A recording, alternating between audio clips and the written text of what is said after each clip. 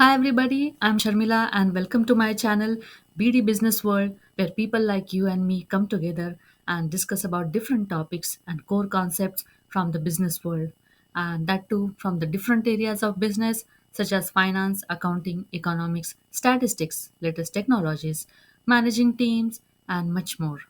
I hope that this video will help you in some or the other ways in every aspect of your life.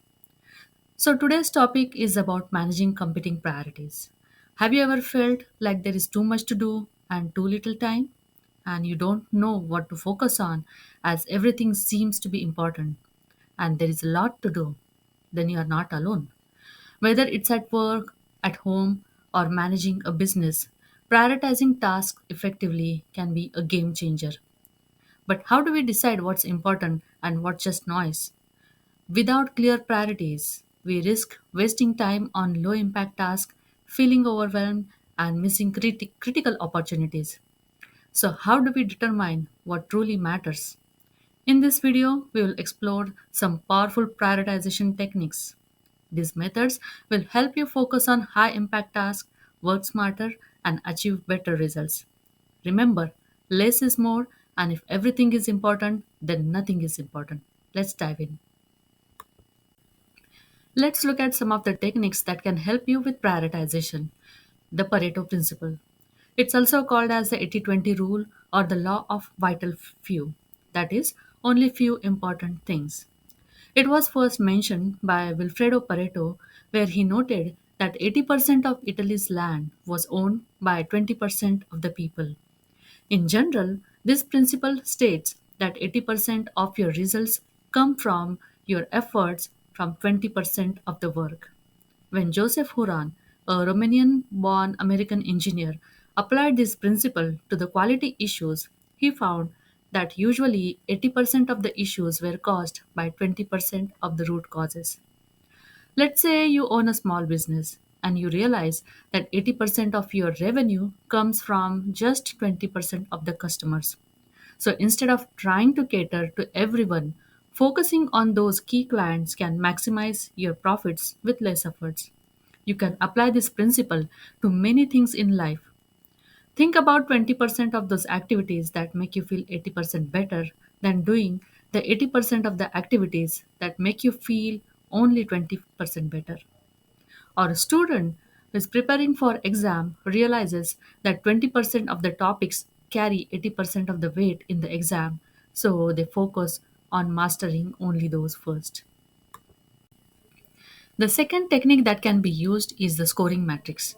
It's basically deciding what comes first depending on the prioritization factors. When there are multiple projects or multiple tasks to handle, the scoring matrix is a powerful tool. Here, we create a matrix with tasks as row and prioritization factors as columns. The value for each cell indicates the weighted score for a given task and a factor. So we assign numerical values to each task based on the urgency, impact, and feasibility. The higher the score, the higher the impact, and hence higher the priority.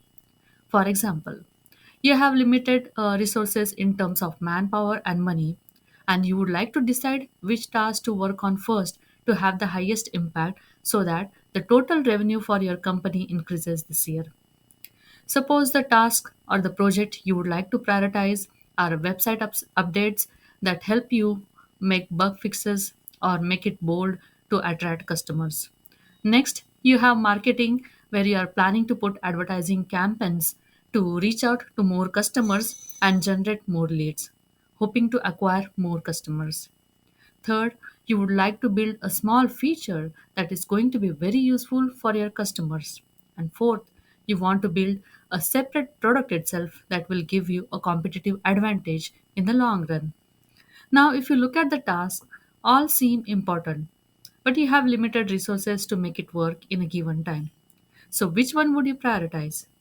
You might go with your gut feeling, but that will not work all the time. Here, the scoring matrix will help you. So you assign weights to each project. In this case, I'm using customer impact, feasibility, and return on investment as the prioritization factors. For you, it can be different factors and it can be more number of factors. After you assign weights, you calculate the total score, then find out the total score for each project. You can see here that the total score for implementing feature A has the highest score of 10. So prioritizing that is going to be the correct choice over others. This matrix can be used in different scenarios. For example, in operations management, a factory manager can use it to identify which machine repairs take the priority. So there, fixing the most frequently used machine that affects production the most gets the highest priority. As you know that every task isn't equal, we need to consider prioritization factors and the weights accordingly. Though prioritization factors can be different in different settings, for example, time sensitivity, resources required, return on investment, alignment with the long term and short term goals, feasibility, etc. A software team may decide to fix critical bugs before adding new features because customer experience and retention might matter to them the most. Or a fitness enthusiast prioritizes meal prepping over fancy diet plans, ensuring consistency over complexity. So, these are some of the examples where scoring metrics can be used and you can utilize in your day to day life as well as professional life. So, what are the key things we have learned so far? The Pareto principle, which helps you focus on the vital few, the scoring matrix that helps you rank priorities, and prioritization factors that give you a structured approach to making decisions. Whether in business, personal life, or management, these tools can transform how you work and live. Remember, less is more. Essentially, prioritizing isn't about doing more, it's about doing what matters, what adds more value, what yields more results. Reducing unnecessary tasks, you increase the focus on what truly matters. If everything is important, then nothing is important. So choose wisely and try using these methods today and take control of your priorities. Let me know in the comments which technique you found the most useful. Hope you enjoyed watching this video. Please don't forget to like, share, and subscribe to the channel BD Business World for more insights into such topics. See you all in the next video, and until then, let's conquer the world.